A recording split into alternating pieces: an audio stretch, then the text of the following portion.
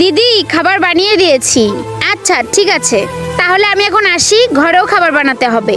দিদি খাবার বানানো হয়ে গেছে, দুধটা গ্যাসে জাল হচ্ছে, তুমি একটু গ্যাসটা বন্ধ করে দিও। আমি আজকে আসি, একটু তাড়াহুড়ো আছে। দাঁড়াও রিয়া, তুমি 10 মিনিট পরে যাও। কেন? ও যখনই জানবে যে আমরা চলে আসছি, ও তখনই তাড়াহুড়া করবে। ও যতই তাড়াহুড়ো করে যাক না কেন, নিজের কাজ শেষ করে তারপরেই যায়।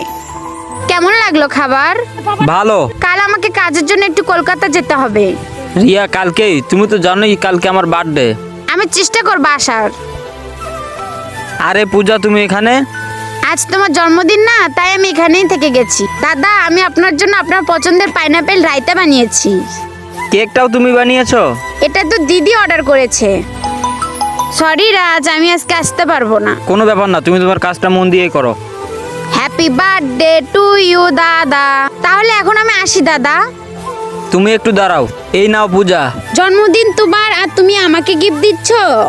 আরে বোনেরা গিফট নেয়, দেয় না। আরে রাখো এটা। ধন্যবাদ দাদা।